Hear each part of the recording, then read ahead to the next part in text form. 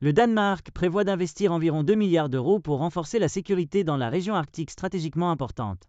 Le gouvernement danois a convenu de cela avec une large majorité des partis parlementaires et en étroite coopération avec les gouvernements des îles Féroé et du Groenland, a annoncé le ministère de la Défense à Copenhague. Nous devons faire face au fait qu'il existe des défis sérieux en matière de sécurité et de défense dans l'Arctique et l'Atlantique Nord, a déclaré le ministre de la Défense Troel Lund Poulsen.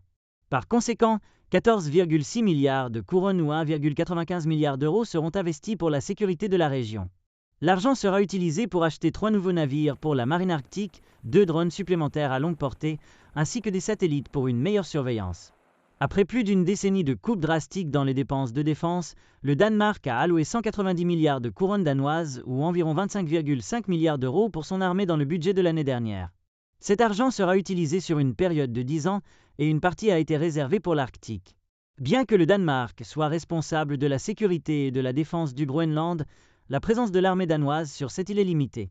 Le Danemark a actuellement 4 vieux navires d'inspection, un avion de surveillance Challenger et 12 patrouilles de traîneau avec des chiens au Groenland pour surveiller un territoire 4 fois plus grand que la France.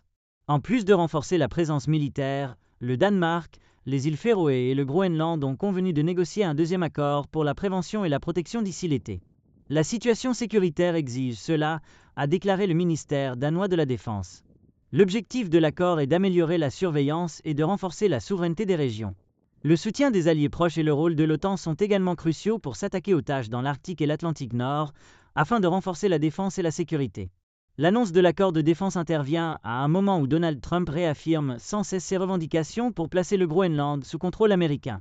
Le Groenland, avec environ 57 000 habitants, est stratégiquement important pour les États-Unis, qui y ont une base aérienne avec un système d'alerte précoce pour les missiles balistiques. Pendant ce temps, la capitale du Groenland, Nuuk, est plus proche de New York que de Copenhague. Sous les glaces du Groenland, il existe également d'énormes ressources minérales.